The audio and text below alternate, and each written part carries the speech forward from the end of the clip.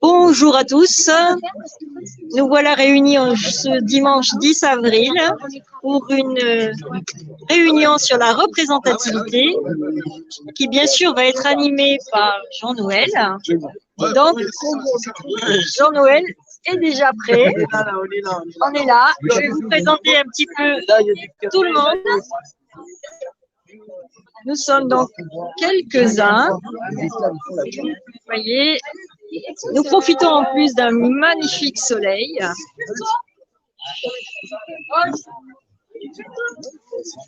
Vous êtes en direct. Voilà, un certain nombre. Voilà. Et le professeur va passer au tableau. Nous l'écoutons.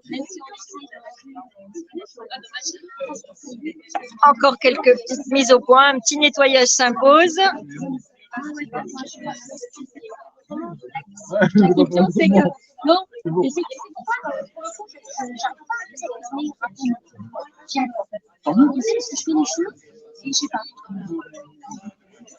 Vous vivez en direct le début de la réunion.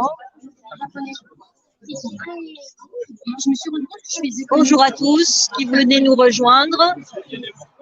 Sur les différents canaux, normalement, tout est diffusé sur aussi bien YouTube, Facebook, Twitter.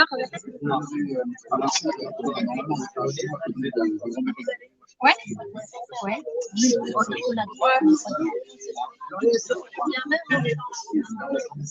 Dites-nous si vous nous entendez, si le son est suffisamment fort.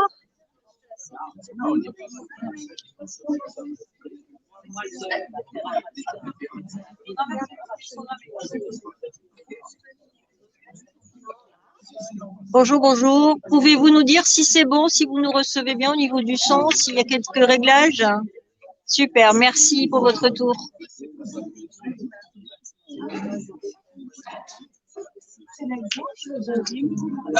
C'est encore un autre rendez-vous à représenter.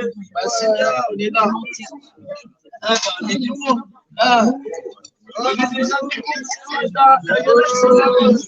Bon voyage. Alors, on a même la sonnette. On a même la sonnette. C'est bien qu'on puisse se réunir comme ça. Voilà, on a un petit peu de monde. Voilà, c'est bien. On peut faire le tour, on peut regarder. Il y a un petit peu de monde, il y a des gens qui mangent, tout ça. Donc, voilà. Bonjour tout le monde.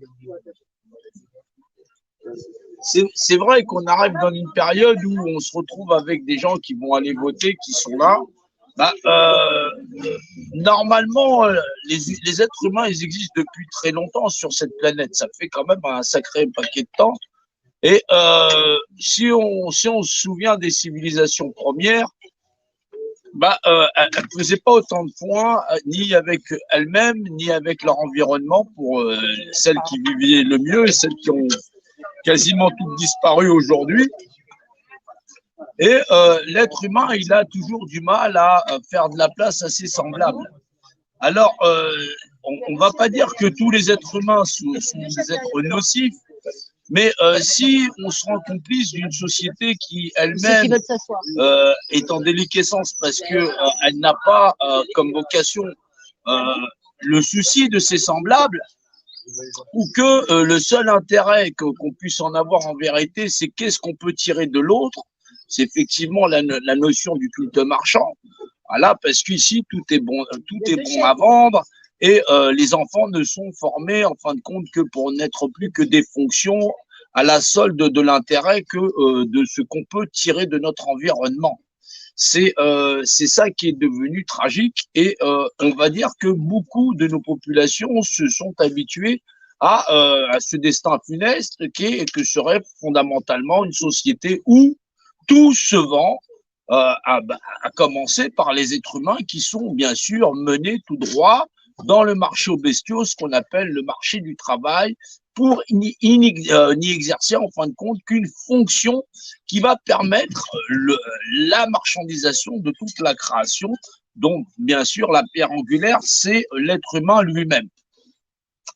Alors, il faut pour ça que les gens aient déjà envie de réfléchir à quel est le but de leur vie sur la Terre, pourquoi ils mettent des enfants au monde, quelle est donc la destinée de l'homme dans cet univers? Est-ce que nous sommes simplement des créatures qui ne sommes bons à avoir de l'intérêt pour notre oisiveté, c'est-à-dire nos loisirs, ou le petit confort qu'on va tirer de la terre où on s'est installé ou qu'on a effectivement su arracher, tout en voyant que le monde il est parfaitement inhumain au prix du sang, que ce soit à la fois l'ensemble de nos ressources ou même des technologies qu'on produise avec des matériaux qui sont à arracher à même le sol par des enfants.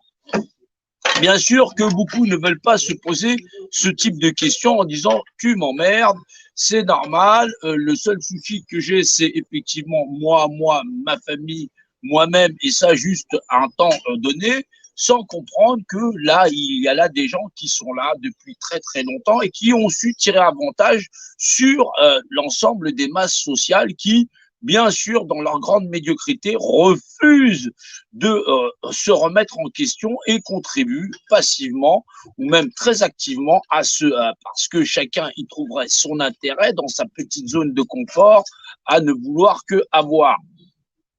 Alors, on est aujourd'hui arrivé au seuil d'une société humaine et civile, et ça, c'est un petit peu partout sur la planète, où il y a effectivement, si on est sur la masse globale, il y a 1% de la planète, des individus qui règnent sur 99%, et dans le reste des 99%, ils sont tellement très mal rangés qu'il y en a qui sont mieux placés que d'autres, et que d'autres, en fin de compte, même s'ils sont très très nombreux, ne font pas l'effort de vouloir changer leurs conditions, si ce n'est de revendiquer effectivement à négocier l'espèce de tapis de sol sur lequel ils sont couchés et la gamelle qu'ils trouvent encore trop chère.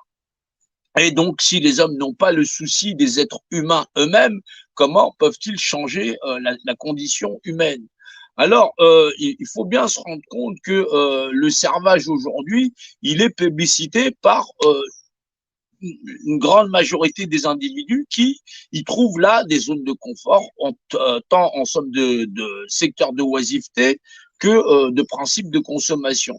Alors, bien sûr que les gens se voient soumis et contraints à une législation qui va beaucoup plus se refermer en matière de santé, en matière de politique sanitaire, parce que vous vous rendez bien compte que là, aujourd'hui, les gens ont vu passer quelque chose pour qui, pour bon nombre, il ne s'est absolument rien passé. C'est un truc qui est passé, ça va pas revenir. Là, il y a juste des élections, c'est suspendu.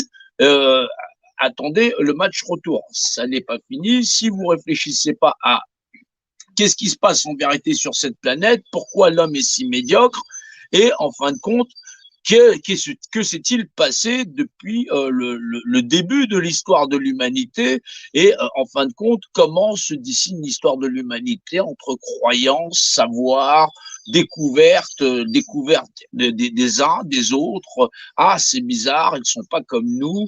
Ah, ils ont les yeux bridés. Ah, ils sont bronzés. Ah, ils sont très clairs. C'est la découverte des peuples entre eux, mais avec une somme de troncs communs, c'est celui d'être des êtres humains vivants. Alors, bien sûr, même entre semblables, on peine à faire de la place de l'un à l'autre par de l'envie, de la jalousie, un petit peu de cupidité. Bon, on va dire que la nature humaine analyse les choses. Parfois, ça nous fait envie, parfois, ça nous fait pas envie, parfois, on y trouve de l'intérêt, parfois, on n'en trouve pas. Mais est-ce qu'on est capable d'apprendre de nous-mêmes en tant qu'individu, membre de la société et en tant que membre de cette collectivité? Est-ce que chaque individu est précieux? Est-ce qu'il y en a qui servent réellement à rien?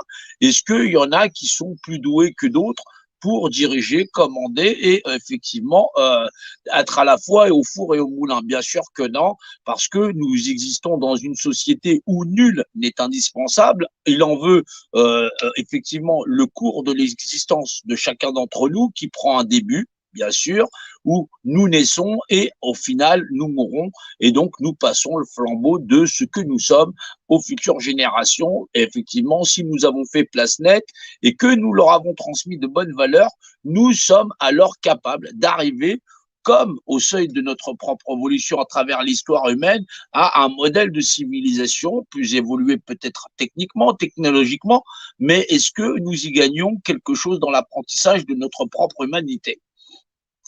Alors, c'est difficile pour les hommes de se remettre en question, d'essayer de revoir, revisiter un petit peu la condition humaine à travers les âges et les temps, tellement les gens sont pressés à la fois par un système d'éducation qui est oppressant, mais aussi dans les conditions où vous allez acquérir certaines compétences et tout de suite la mise en fonction sous des principes régents, c'est-à-dire des États dictatoriels, puisque ceux qui vont instaurer le diktat, c'est-à-dire le diktat, c'est pas forcément une dictature euh, sévère, puisque dicter quelque chose, cela peut être fait intelligemment, civilement.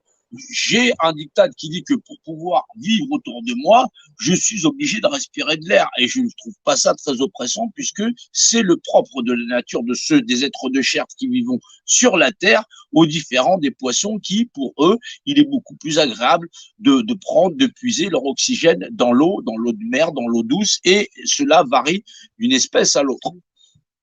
Alors, il faut arriver à comprendre que, à la fois, le système de dictature que nous vivons dans les principes fondamentaux d'exister, c'est-à-dire être soumis à la gravité, être soumis à la collectivité, c'est aussi en tirer les connaissances et une compréhension qui est somme toute différente de ce que serait un animal ou les animaux à ne pas se poser ce même type de questions. C'est normal, nous sommes des créatures cogniscentes et nous voyons à quel point nous sommes capables de faire infléchir notre environnement dans le cadre de l'adapter à nos us, nos coutumes, nos traditions et notre style de vie que nous allons chercher dans le savoir et la connaissance à le modifier selon nos capacités de modélisation. Alors, en tant qu'être humain, et là, nous sommes très nombreux, 7,5 milliards d'individus, il en est à notre époque. C'est une époque où on dit qu'on est très avancé techniquement, technologiquement, mais où on a perdu beaucoup de nos fonctions premières, c'est-à-dire d'exister en petite communauté, d'exister à la fois dans des modèles de culture où nous sommes plus en harmonie avec notre environnement, où effectivement, avec une meilleure cohabitation avec les animaux qui nous entourent, nous en servons beaucoup pour l'abattage et essentiellement pour notre alimentation, comme s'il n'était plus rien et comme si leur vie n'était en fin de compte que d'être dévolue qu'à d'être simplement des marchandises alimentaires. C'est ce que nous sommes. Nous sommes des machines à consommer de l'humain. Il en veut effectivement la précarité de nos sociétés, comment nous redistribuons les richesses au niveau mondial. 20% de la population mondiale dévore la quasi-totalité de toutes les ressources, tout en balançant près de 60% de la production directement dans les poubelles. Il faut bien se rendre compte à quel point nous épuisons nos ressources, comment nous nous épuisons nous-mêmes, comment nous nous épuisons intellectuellement et comment, en fin de compte, nous avons acquis la grande capacité à beaucoup d'oisiveté et à très peu de réflexion. Et pourtant, il en veut que l'école est devenue quasiment obligatoire sur toute la Terre et que les principes d'arithmétique générale et sociale qui font et qui sont les modélisations de notre société, il en veut aussi ce qu'on appelle les modèles constitutionnels qui démarrent ainsi. Les hommes naissent libres et égaux en droit. Cette égalité de droit qui n'est respectée nulle part sur la planète, puisqu'effectivement, chacun va s'empresser de trouver un nouveau dictateur qui va pouvoir prescrire pour lui-même et l'ensemble de la collectivité les lois les plus inéquitables qui vont pouvoir permettre de mettre au banc de la société une bonne partie de nos populations en mettant certains en jachère et jusqu'à même en laisser certains mourir à même la rue. Voilà comment les hommes vont réclamer l'équité de droit en regardant un monde de misère. Misérable, il en est, c'est le nom de celui qui le fait et non pas celui qui le subit. Il faut bien le comprendre. Alors, la misère sociale qui s'étend sur la terre, elle est fomentée, elle est inscrite constitutionnellement, c'est dans le modèle constitutionnel, les hommes sont libres et égaux en droit, ils sont donc dus à égale dignité, égale ressources, égale protection, égal système d'éducation, et ça n'est pas quelque chose qui doit être fait au mérite. Si les hommes sont égaux de droit, ils sont égaux en représentation.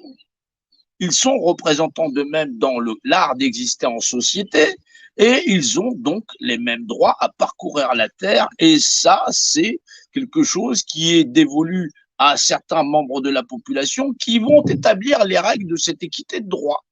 Ils vont établir que les hommes ne sont pas équitables en droit, à commencer par eux-mêmes administrant la société, puisqu'effectivement, ils se sont assemblés en grande confrérie et qu'ils vont réglementer l'ensemble du modèle de civilisation où ils sont quasiment devenus intouchables parce que les gens, dans leur grande médiocrité et dans leur grande oisiveté à ne pas y regarder, préfèrent regarder que la somme de les intérêts qui les rapproche.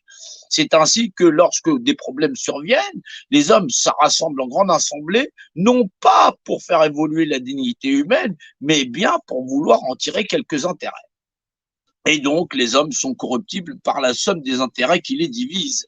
C'est là où l'ensemble de tous les soulèvements populaires est devenu quasiment inefficace partout sur la planète. On a vu ces derniers temps, ces dernières années, se lever en masse l'ensemble des populations sur la planète et pourtant arriver à un échec cuisant. Tout simplement parce que les hommes ignorent tout de leur nature et que ceux qui les dirigent n'en ignorent rien.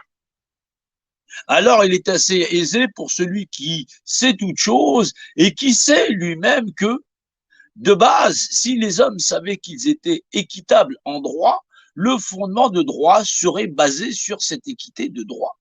À la fois exister sur la terre, mais à la fois dans la compréhension de tous ces individus à en faire le modèle de loi. Et là, non, on estime que cette équité de droit ne doit pas être le fondement, mais le fondement de la loi serait basé sur des individus qui feraient eux-mêmes la loi. C'est une inversion de valeur qui, effectivement, dénigre le droit et renie le droit à ce que chaque individu a de valeur en lui-même à contribuer à cette société. Normalement, chacun y a sa place. Mais c'est des places qu'on a déjà dessinées pour certains d'entre nous, dans le cadre où certains n'ont plus droit à rien. Alors, c'est vrai qu'il y a beaucoup de combats à la fois sur l'accès aux ressources, parce qu'effectivement, certains vont penser être mal payés, pendant que d'autres ne sont ni payés et n'ont même pas de toit. Alors, bien sûr, au terme d'échéances électorales, on verra surgir des groupuscules adorateurs de tel ou tel principe, de l'extrême gauche à l'extrême droite, dans l'art d'espérer que le système leur vienne en aide avec des prières qu'ils vont faire chaque matin en disant « je suis prosélyte de cela, de cela, de cela », mais non pas de la vérité, puisque cette vérité, les hommes l'ignorent. Alors, on peut regarder à travers l'histoire humaine, les histoires des dictates qui se sont installés. Quand on parle de dictates, c'est de modélisation sociétale imposée comme modèle de société. On doit pouvoir regarder chez l'homme à la fois sa grande capacité à être en vérité spectateur de l'histoire qui lui est contée, puisque ce sont les vainqueurs qui écrivent l'histoire, mais à quel point est-ce que les hommes sont capables de lire cette histoire racontée? L'histoire n'est pas l'histoire telle que les hommes aiment se la raconter d'une version à l'autre, d'une nation à une autre, qui toujours va s'enorgueillir d'elle-même et d'elle-même à créer toutes ces divisions où effectivement l'autre ne serait pas un autre que lui-même et tous très différents, tout en voulant créer ce rapport d'unité. C'est ce qu'on est aujourd'hui, on est à la fois peuple, des peuples multiples qui forment des nations qui forment des unions. Là, nous sommes en Europe et nous formons ce qu'on appelle l'Union européenne avec des peuples qui ne se connaissent pas, qui n'ont rien à voir les uns avec les autres, qui ont, semble-t-il, des formes socioculturelles semblables, mais qui n'ont pas appris ni l'une de l'autre ce qu'est fondamentalement le droit souverain, certain d'un individu à disposer de lui-même.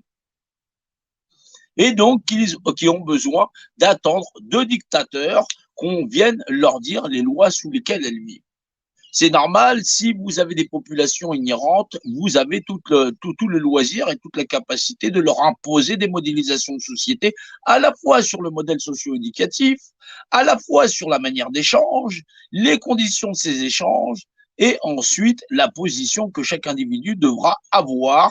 Effectivement, on se retrouve non pas en Inde où là, effectivement, les choses sont clairement dites, où il y a des gens qui sont de nature dite intouchable, condamnés à la précarité la plus sévère, mais non, ici, on va vous dire qu'effectivement, vous habitez en banlieue, vous êtes de la campagne et allez faire un tour ailleurs. Nous avons affaire à une société qui est hypocrite envers elle-même, envers ses propres populations et les populations elles-mêmes entre elles, où on va se découper entre le rat des villes, le rat des champs, le rat d'origine de cet endroit-là, le rat de ceci, le rat de cela, et toujours ignorant ce que nous sommes dans cet univers. Et c'est pourtant dans cet univers simplement que ceux qui nous dirigent ont appris en regardant, en observant, certainement, peut-être, peut-être pas. Et là, on y retrouve effectivement les savoirs anciens des anciennes civilisations à comprendre ce que nous sommes réellement. Les droits fondamentaux de chacun d'entre nous, représentants de nous-mêmes dans cet univers qui est cité, il faut le rappeler, dans la Constitution des droits de l'homme et du citoyen. Si les hommes savaient leur équité de droit, pourquoi veulent-ils encore la négocier? Si ça n'est pas le modèle sociétal, alors tout est négociable, à commencer par eux-mêmes. Les gens veulent un modèle d'échange. Je respire de l'air, j'échange avec mon environnement. La nature nous donne de quoi faire, à la fois dans nos alimentations, à la fois dans nos capacités de vivre ensemble, de créer cette agriculture. Voilà, adaptée à nous-mêmes, d'apprendre de notre environnement comment on se soigne. C'est le propre de l'homme d'apprendre et de comprendre. C'est le propre de l'homme de s'adapter à son environnement. Vouloir contraindre à ce point notre environnement et notre propre humanité est quelque chose de pervers. Il faut l'entendre. Et c'est cette perversion qui, bien sûr, donne profit à certains dans l'art de contraindre les hommes sur la Terre à un modèle sociétal qui n'aurait de but que la notion d'échange sur lequel ils régneraient en maître. Et c'est ce qui permet, au fait, et dans les faits, d'avoir soumis les hommes à un seul modèle de société. Effectivement, si on regarde l'histoire et sa modélisation, ça n'est pas Napoléon qui conquiert, ça n'est pas César qui conquiert, ça n'est pas Alexandre qui conquiert, c'est le contrôle par hiérarchisation pyramidale. C'est un individu ou un groupe d'individus qui vont régner en maître sur la multitude, et cette multitude qui s'y conforme dans l'art d'y acquérir certains intérêts. Il y a donc une autre vision de l'histoire, non pas écrite de la main des hommes, mais d'un espèce d'esprit qui règne au-dessus des hommes, à leur faire voir l'histoire d'une autre manière, au-delà même de sa réelle structure. L'histoire, c'est rien que des faits. Or, les faits dans l'histoire sont la structure même de cette histoire. C'est le contrôle par hiérarchisation pyramidale qui s'est imposé comme seul schéma de modèle sociétal. 1%, une pointe effilée qui règne sur 99% de la population mondiale, comme si effectivement ceux qui étaient à la base, qui en sont à la base et qui sont l'esprit moteur de cette civilisation, à la fois force active, à se soigner les uns les autres, à se veiller les uns les autres, à produire les uns pour les autres, simplement parce que l'homme cherche lui-même la paix, la sérénité, dans l'art d'évoluer en société, de faire vivre sa famille, d'y trouver une place confortable, où nous programmons une obsolescence programmée, pour que toujours les gens courent après le bonheur ou effectivement la notion de confort, puisqu'il faut sans cesse faire évoluer les normes, les normalisations, de façon à générer cet inconfort permanent où tout le monde serait obligé de courir et n'aurait pas le temps de la propre réflexion à sa propre existence sur la Terre, en étant tout simplement acteurs de leur propre vie et au constat de la médiocrité de l'homme sur la Terre, à se regarder mourir les uns les autres et à en laisser dans sa propre nation, devant le seuil de chez soi, dans les grandes villes que ce soit, ou même dans nos campagnes, des individus laissés devenus indigents. Nous sommes en France, près de 68 millions d'habitants, voilà, français, étrangers, tout ce qu'il peut y en avoir, et on se retrouve avec près de 12 millions de pauvres, plus de 300 000 SDF, des réfugiés qui arrivent à travers le monde, et aujourd'hui, quel est donc le souci? C'est qui allons-nous élire pour pouvoir continuer, perpétuer notre modèle de société où certains auraient le confort et qui nous promettrait effectivement un peu plus de fromage, fromage que normalement nous connaissions tous déjà, chaque individu est égal de droit. Et pourtant, au constat de tout le monde et en regardant tout le monde fait comme si cela n'existait pas. Comme si la vie de chacun d'entre nous était négociable. Comme si l'avenir de chacun de nos enfants l'était aussi. Si on demande à quelqu'un quel est le prix de ta vie, ma vie n'a pas de prix. À quel prix te vends-tu chaque mois? À qui? À quel marchand? Oui, mais je travaille pour telle banque, ceci, cela. Je travaille pour les hôpitaux qui servent les laboratoires et ainsi de suite. Prise de contrôle de tous nos systèmes de mutualisation. Il faut rappeler que le système de mutualisation, quel qu'il soit, c'est la capacité des hommes à contribuer en eux-mêmes et à s'assurer la sécurité des uns des autres. C'est l'assurance, effectivement, que le système fonctionnera pour tous et pour chacun. Prise au contrôle par certains individus qui en écartent beaucoup et qui, effectivement, le reversent à certains. Lorsque nous avons des catastrophes, c'est tout naturellement que on n'a pas besoin de médiatiser, que les gens se disent « Ah, dans le village là-bas, il y a eu une catastrophe, montée des eaux, ils ont perdu tout ce qu'il y avait. » Et tout naturellement, les gens vont ramener frigo, tout ensemble, et ils vont aider tout naturellement. Et ils vont donner sans compter.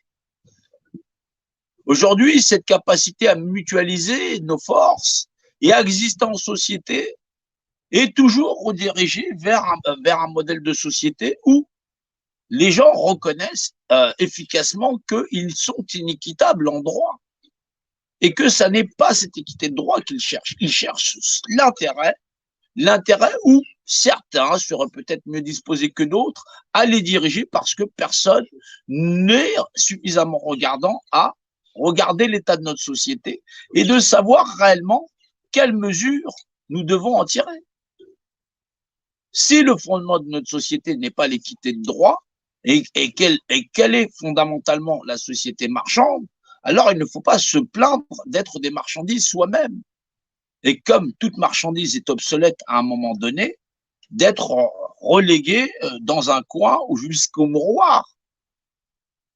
C'est aux hommes de savoir où ils vivent et comment ils le vivent. Alors, dans toutes ces sociétés humaines et civiles, à travers l'histoire et le temps, il y a des mots comme ça qui vont générer la polémique. Et un tout particulier, si je le dis en français, voilà, si je dis Dieu, qui va semer le trouble dans l'esprit de monsieur, madame, tout le monde. Et pourtant, dans ces livres anciens, on parle de Dieu, on parle de vérité. Alors, qu'est-ce que la vérité? Sans partir en démagogie, sans partir dans aucun dogme que ce soit. Il faut bien recadrer les choses. Si on aborde ces ouvrages avec un parti pris ou une espèce d'idéologie ou qui nous serait léguée d'une génération sur une autre, nous allons aborder cette expérience de vie avec les appréhensions qu'ont eu les autres, peut-être, trompés par d'autres, tout simplement pour les tromper. Et nous allons passer à côté de la vérité. Et sans ces ouvrages, comment ferais-je pour retrouver la vérité qui m'environne, moi-même, et qui fait qu'effectivement, même dans un milieu constitutionnel, un individu en égale un autre. C'est difficile d'essayer de faire passer ce type de message parce que souvent, les gens trouvent que c'est trop long. Bah, je dis plutôt que la vie est courte et que effectivement, il faut en prendre le temps de la longueur pour en faire le tour. Parce qu'effectivement, quand la boucle est bouclée, le livre est terminé. À chacun son ouvrage. Voilà, la perfection n'est pas de ce monde. Je serai parfait quand je serai fini. Et je ne serai pas là pour le constater. Voilà, on dit de quelque chose qu'il est parfait lorsqu'il est terminé. C'est ainsi que toute chose est parfaite. Alors oui, quand on va aborder un mot comme Dieu, faut-il en avoir l'entendement? On parle de ces ouvrages qu'on appelle codex. Là, on parle de la vérité, mais cette vérité, quelle est-elle? Pourtant, nous vivons dedans. Et c'est un autre type de réflexion que nous devons avoir avec nous-mêmes, notre environnement, ce que ces ouvrages ont voulu nous dire, et pourtant que nous savons tous naturellement. Une vérité qui nous est toute propre, propre à chacun, lorsque effectivement nous nous mettons à table en famille, dans le partage, dans les réunions entre amis. Un individu en égale bien un autre. Mais comment cela se fait? Parce que c'est tout naturel. Nous sommes complémentaires, nous ne pouvons pas être au four et au moulin. Nous sommes société humaine et civile. Nous devons acquérir les compétences du savoir vivre ensemble, qui fait que chaque individu en égale un autre. Alors, je viens me remettre au tableau parce qu'effectivement, pour comprendre ce mot qu'on appelle Dieu, on peut pas le verbaliser comme si, en fin de compte, cela n'était rien. Comme si, au bout du compte, c'était quelque chose d'abordable, comme si on ne faisait pas attention les uns aux autres.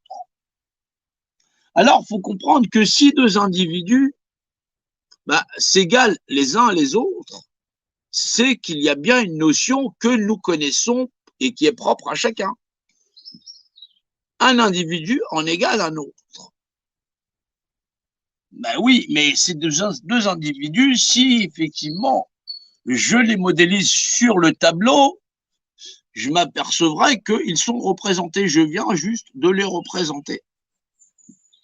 Voilà. Voilà. S'ils sont représentés, ils sont d'égale représentation. Et ça n'est pas simple. Donc, bien sûr, pour tout le monde, dire deux individus sont représentés, c'est une évidence. Bien sûr que c'est une évidence. Mais ça n'est pas simple non plus parce que cette représentation que tout le monde sait, est-ce que tout le monde en a l'entendement? Et pourtant, je ne m'adresse pas aux plus petits, je m'adresse à des individus qui, normalement, ont suivi un cursus scolaire de base dans l'entendement. Monsieur, madame, tout le monde qui a été à l'école, nous qui avons été à l'école et qui avons suivi un cursus primaire. Notre univers, là où nous vivons, notre environnement est dit de nature dimensionnelle.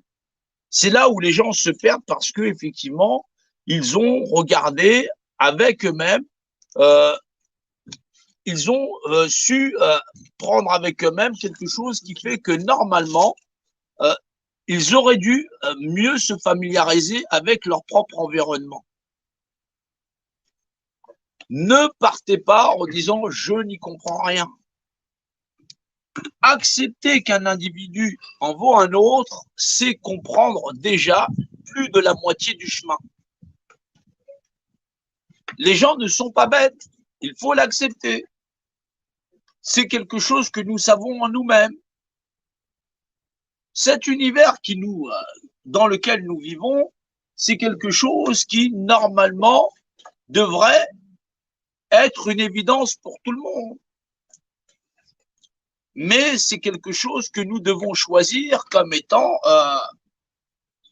ou la vérité ou une des vérités, mais on ne peut pas servir deux vérités à la fois si l'une s'oppose réellement à l'autre. Ces individus qui sont représentés, qui seraient vous-même, moi-même, ou peut-être l'un des 7,5 milliards d'individus sur cette planète, qui sont donc des équivaux, des êtres équivalents en droit dans la représentation. C'est comprendre que nous vivons dans un univers en 3 dimensions. Les notions de haut, de bas, de devant, derrière, et des notions de côté. C'est les principes de base de notre perception. Cette perception qu'on partage tous en se regardant les uns les autres, on est là réunis. Il n'y a donc rien à il n'y a donc rien à réellement prouver ni à l'un ni à l'autre, parce que c'est quelque chose que chacun il doit savoir en lui-même, et c'est quelque chose que chacun doit savoir remettre en ordre dans son moi profond. C'est donc une expérimentation avec soi-même, une acceptation de soi-même. C'est effectivement pourquoi je devrais m'écraser vis-à-vis de quelqu'un d'autre. Est-ce que quelqu'un a le droit de me faire subir sa vindicte, ne serait-ce que même s'ils sont plusieurs, comme s'ils étaient des agresseurs dans notre environnement, celui que la vie nous donne? C'est ça, comprendre. Sommes-nous soumises aux lois de la vie? Est-ce que nos vies sont soumises aux lois de la vie ou simplement à la volonté des hommes qui voudraient nous asservir? Il faut choisir. Il faut comprendre ce que nous dit notre environnement. Nous avons appris à lire, à compter. Nous utilisons notre environnement pour vivre, pour survivre, je dirais pour certains, et d'autres même pas, parce qu'ils n'ont accès à rien dans cet environnement, rien que naturellement la vie leur est donnée. Le fruit de son expérience, le fruit de son existence et le champ de ses compétences. À la fois nous faire vivre, à la fois nous alimenter, partager les uns avec les autres, et certains n'y ont même pas accès, comme on a laissé mourir voilà, dans des mouroirs nos anciens, comme si de rien il en était. Chaque individu que nous sommes représentants de nous-mêmes, représentés, que nous sommes parce que nous existons, c'est le principe peut-être d'exister, n'est pourtant pas grand-chose dans cet univers. Ben oui, c'est un point, un petit point quelque part dans cet univers, un point de repère qui est représenté. Il est représenté comme chacun de nous l'est dans son principe d'équivauté. C'est pas simple pour tout le monde de regarder et de regarder à la fois chez les chefs d'État, à la fois chez le policier qui va nous questionner, à la fois chez les services sociaux, à la fois dans même cœur face à nos municipalités, face aux enseignants de nos enfants, de parler d'ego à ego. Non, j'ai affaire à quelqu'un qui va exercer une fonction et qui va penser qu'il a plus de droits sur la terre, ou que chaque individu là doit être conforme au modèle que certains dictateurs auraient dit de tu n'es qu'une fonction, vous êtes personne. Voilà, vous êtes une personne, vous n'êtes qu'une apparence des choses et grosso modo, vous n'avez aucun droit dans cet univers. À représentation parce qu'on aurait des représentants. Comme d'où tirent ces représentants leur pouvoir? D'où tirent ces représentants leur pouvoir si ce n'est pas des individus à être passés par des petites boîtes magiques et de s'être fait valider que chaque individu représenté et représentant de lui-même aurait renoncé à son droit humain et souverain, à sa propre représentation au profit d'un être ultime qui serait comme un dieu sur la terre, Jupiter il en est, ou quelque chose comme ça. Et pourtant, ce savoir, quand on parle de ce mot Dieu, qui a l'air d'être un grand mystère, ne l'est pas. Ça ne l'est pas. Dieu n'est pas un mystère, c'est la vérité. C'est ça qui ne doit pas semer le trouble dans l'esprit de monsieur et madame tout le monde. La vérité, vous la voyez autour de vous, elle est là, elle est présente. C'est quelque chose qui doit être très clair dans votre esprit, c'est quelque chose qui doit faire en sorte que votre intelligence ne puisse plus être insultée. On ne peut pas insulter les hommes en les targuant d'ignorance, en disant Dieu a dit, Dieu a dit, Dieu a dit, Dieu a dit, et chacun sa version. On parle là d'une législation qui, partout dans ces livres, dans aucun de ces ouvrages, même les plus anciens, régit l'ensemble de l'univers et de ses lois.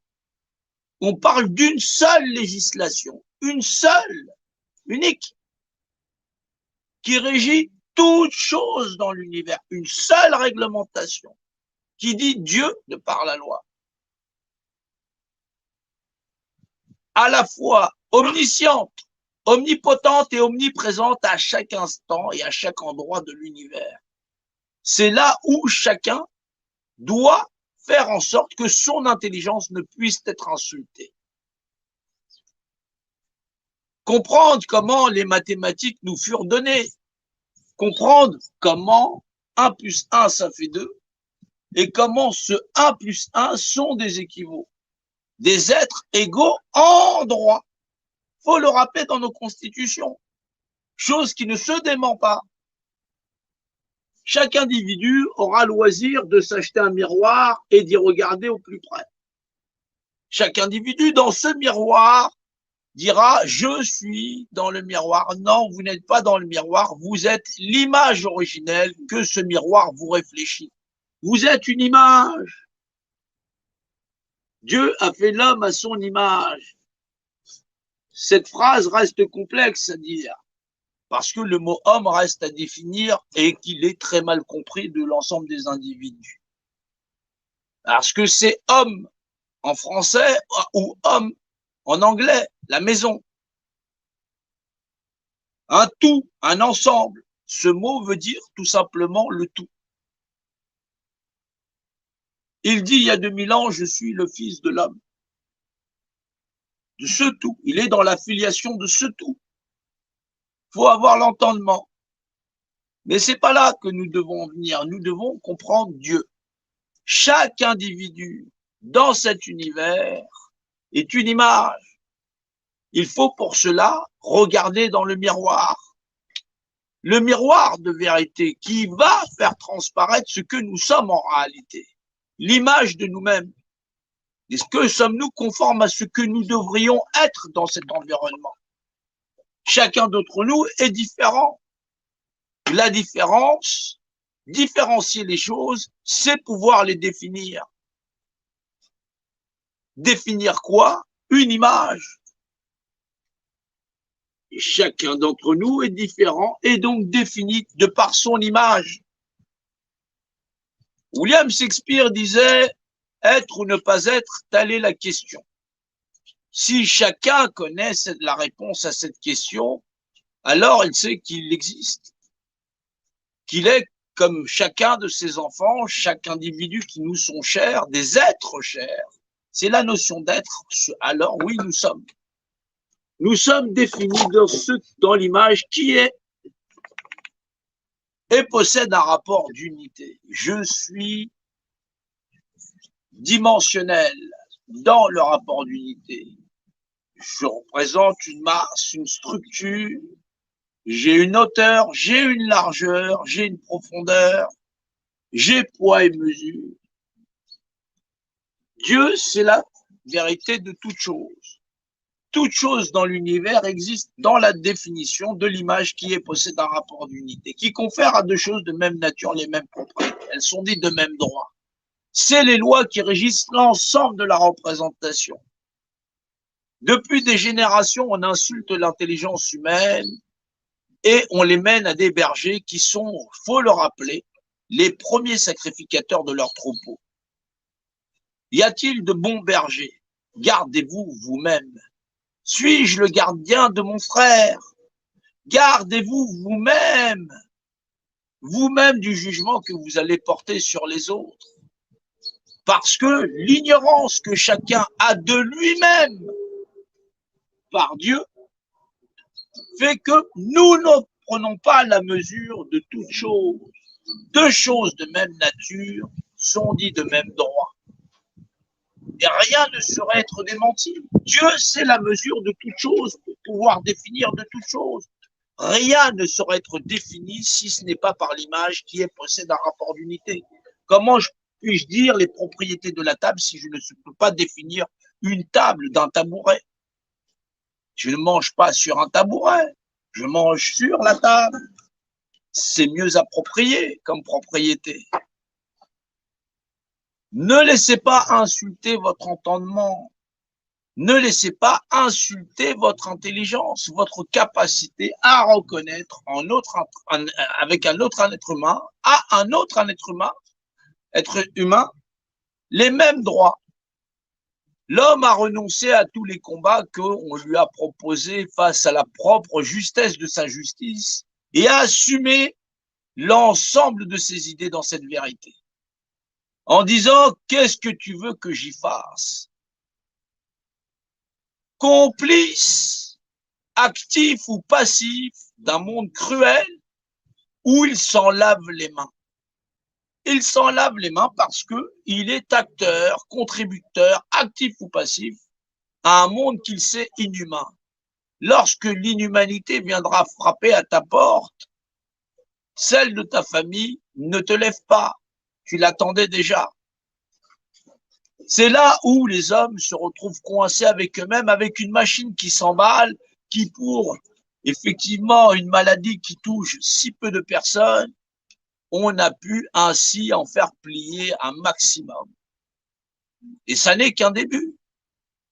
Parce que ceux qui planifient toute chose ne peuvent le faire que parce que la médiocrité des hommes est telle que chacun ne regarde plus vers l'autre. Il ne regarde même pas en lui-même la vérité des choses. Bien sûr que ceux qui règnent en maître sur cette structure utilisent la force active des gens à les plébisciter, dans l'art de leur infliger leur devise, celle de se soumettre au même diktat et de le répéter indéfiniment. On veut le mythe de Sisyphe qui traîne le tonneau des Danaïdes pour l'éternité. Punis par les dieux, ceux qui s'érigent en maîtres pour lui en faire sa destinée. Il faut de la lucidité dans chacun d'entre nous pour pouvoir nous lever et cela repose entre les mains de chacun d'entre nous à admettre cette vérité. C'est une vérité arithmétique, mathématique, liée à notre environnement, dans l'entendement. Nous pouvons apprendre beaucoup de notre environnement, mais l'essentiel du savoir réside dans ce codex-là et à le partager. Donc, en refaire l'entendement. Les gens savent très bien à quelle période de l'histoire nous nous situons. Les gens savent très bien à quel moment de cette histoire nous sommes. Nous sommes soumis à un diktat tel qu'il n'en a jamais eu et qui résonne sur la terre entière, un nouvel ordre mondial. Nouveau pour les hommes, si les hommes l'acceptent. Mais le système féodal qui nous a menés jusque-là n'a pas changé. Il est bâti sur la médiocrité des hommes et leur notion d'intérêt, erronée dans la conséquence et dans le fait de ne pas assumer leur vraisemblance. La vraisemblance où deux choses de même nature sont dites de même droit. Des êtres humains, on peut que répéter encore, se réunir en assemblée, faites-le près de chez vous. Il y a les groupes de représentativité, il y a effectivement le site représentativité.com. C'est déclarer ce que vous savez en vérité. Dire Dieu n'existait pas, c'est comme si on m'avait enlevé la capacité d'analyser mon environnement et de savoir que deux choses de même nature sont dites de même droit. Je ne saurais pas définir l'image qui possède un rapport d'unité. Ou comme le disent les Anglais, globaliser une organisation définie. God. Il faut comprendre que depuis longtemps, on va alimenter la nature humaine avec de l'oisiveté, des images d'horreur, des viols mentaux, des images subjectives pour que l'homme dévie de sa nature, celle de savoir apprendre à se comprendre, comprendre lui-même dans ce tout. Je suis dans ce tout, je vis dans ce tout. Ce tout fait de moi ce que je suis. Je suis donc ce tout. De génération en génération, nous ne faisons qu'un avec notre environnement. Peu importe là où nous vivons, nous nous y adaptons.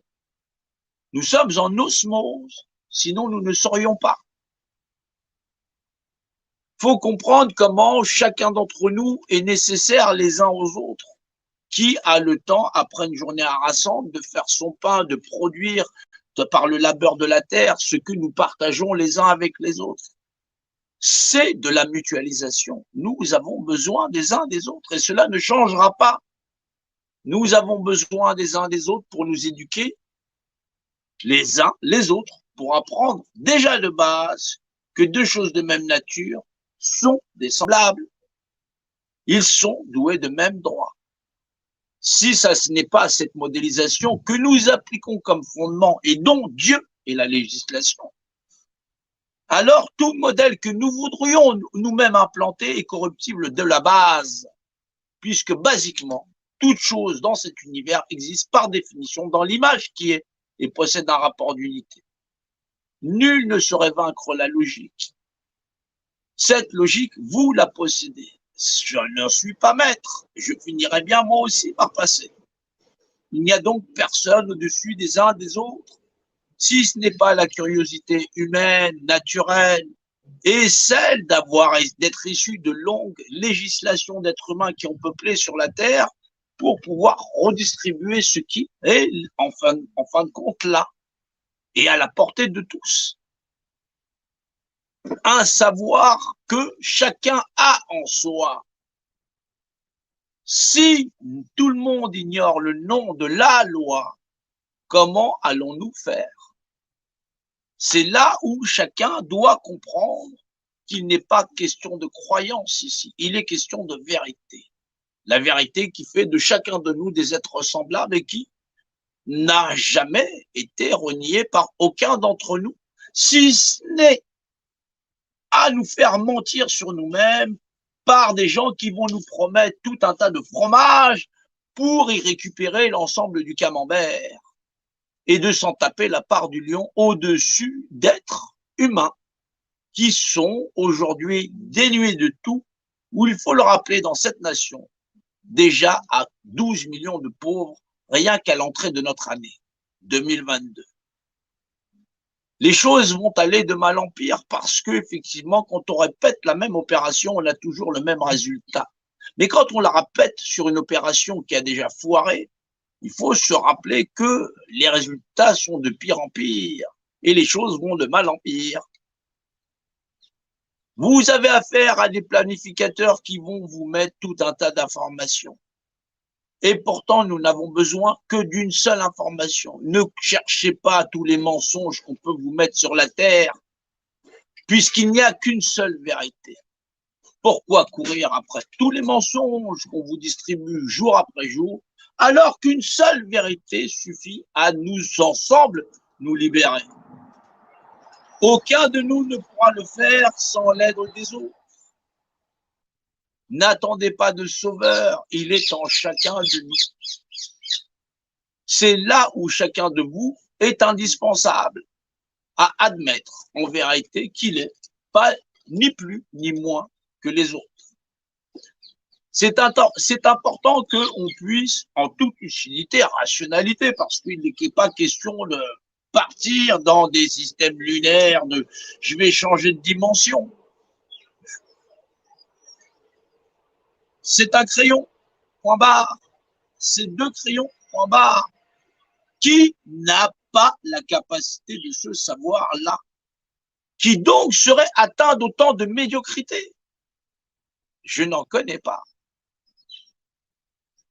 L'ensemble de l'arithmétique de cet univers, vous y avez accès, vous vivez dedans, vous êtes l'expression magique de cet univers.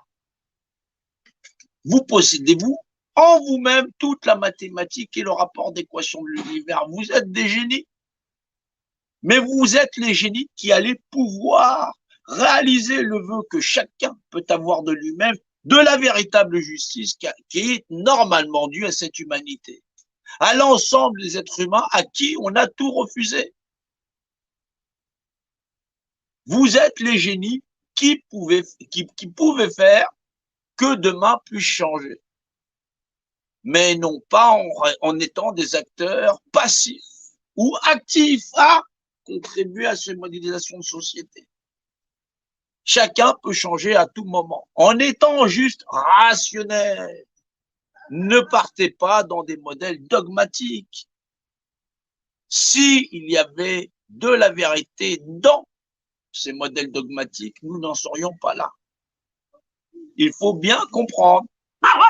Chacun d'entre nous doit apprendre à changer l'art et la manière avec lesquels il a reçu ces notions de vérité, de partage,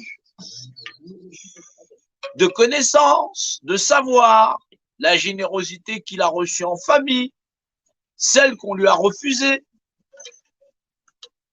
Son droit est protégé, vivre en famille et en soins. Il ne faut rien lâcher. Voilà, c'est une journée sur la représentation où on est réunis encore nombreux et dans le partage, parce qu'effectivement, la vérité, comme la misère, ne vaut que lorsqu'elle est partagée.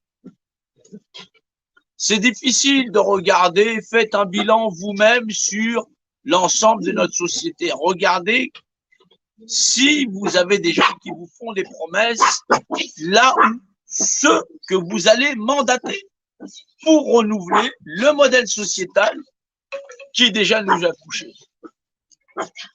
C'est pas ce que nous faisons, c'est comment nous le faisons. Savoir que nous devons exister tous ensemble, nous existons déjà tous ensemble, nous ne saurions pas le réformer. Savoir que nous avons besoin d'un système éducatif, c'est tout à fait normal. Des systèmes productifs, c'est tout à fait normal. Mais savoir qu'il y aura désormais une loi qui fait que personne ne pourra être au-dessus de ces lois, qui font que chacun d'entre nous est important et que nul ne peut être mis de côté, c'est réformer notre société et la réformer dans sa profondeur. La croix ne vaut que par sa profondeur, celui qui la porte. Il faut s'en rappeler. Dans qui porte la croix, il y met toute la profondeur. C'est là le secret de la dimensionnalité. C'est le prisme jaillissant. Il faut y remettre la profondeur et que chacun y prenne sa part, comme le colibri. Combien sont les petits gens à se lever le soir face à la misère humaine pour distribuer des repas la journée, matin, midi, soir, face à la misère sociale qu'ont refusé les gouvernements. Michel Coulitchi était de ceux-là. L'abbé Pierre était de ceux-là. Beaucoup les admiraient. Vous n'avez pas à les admirer. Vous devez vous en tirer modèle. Comprendre que la misère est l'affaire de tous. Misère, c'est le nom de celui qui l'a fait, pas celui qui l'a subi. On l'appelle misérable, lui et ses complices. Acteurs passifs et actifs. Ceux qui regardent faire, ceux qui laissent faire en disant « laisse, j'ai quelqu'un qui va s'en charger à ma place. Je ne m'occupe que de ma zone de confort. » L'égoïsme, l'égocentrisme. Chacun n'y cherche que sa sécurité, il ne la trouvera pas. Chacun va vouloir sauver sa vie, il ne la trouvera pas. C'est un combat où chacun de nous est nécessaire dans la lucidité la plus sincère. Il ne sert à rien de se perdre dans des ouvrages à chercher tel paragraphe, ceci, cela. Nous ne sommes pas une simple équation. Nous sommes des êtres de chair et de sang, nous devons assumer ce que nous sommes en être humain, et comprendre que ce qui nous est dû à chacun d'entre nous, l'est dû à chacun d'entre nous. On ne peut pas accepter que dans un monde où même où on est accablé, où on est relayé dans un coin, on puisse vivre avec des gens qui soient aussi dans cette indigence. Ça n'est pas normal. Voilà ce qu'on pouvait en dire sur ce début de réunion. On va passer, on est là, en espérant que vous avez partagé, on partage avec vous. Voilà, c'est bien comme ça, on a essayé de faire simple. Voilà, en rappelant effectivement ce que nous sommes d'êtres humains, tous ensemble. C'est bien de se rappeler qu'au final, on n'est pas grand-chose, mais que bah, ensemble, on ira plus loin et que face à ceux qui nous dirigent, ceux qui font en sorte que à un moment donné, ce réveil, il ait lieu, parce qu'il faut qu'il ait lieu. Le monde d'avant, on ne peut pas l'accepter. Il y a donc des lois. Et pourtant, ceux qui nous frappent le disent déjà, Dieu est mon droit. C'est le droit de chacun d'entre nous à l'assumer, et c'est le droit de chacun d'entre nous à le faire valoir dans la compréhension la plus pure. C'est un crayon défini dans l'image qui est et possède un rapport d'unité. La réalité, en vérité, ça n'est que ça. Mais c'est déjà beaucoup de choses parce qu'on peut faire ça. Voilà, comme le pain, comme tout ce que vous faites, vos enfants. Voilà, c'est assumer d'être juste en vérité, ni plus ni moins. On n'a pas besoin d'être tellement plus. On finira par passer. Voilà, c'est tout ce qu'on peut en dire. Hein. Voilà. Bah, on est content d'être avec vous, bah, où que vous soyez, et faites vous-même vos réunions. Voilà, voilà. Nous sommes contents d'être avec vous. Quoi, bah, tous ensemble, bah, on est tous ensemble. Alors, un petit tour pour montrer un petit peu que nous sommes tous donc réunis. Hello. Voilà. Même dans les escaliers, vous voyez là-haut. Voilà. Bonne fin de journée à tous et au plaisir.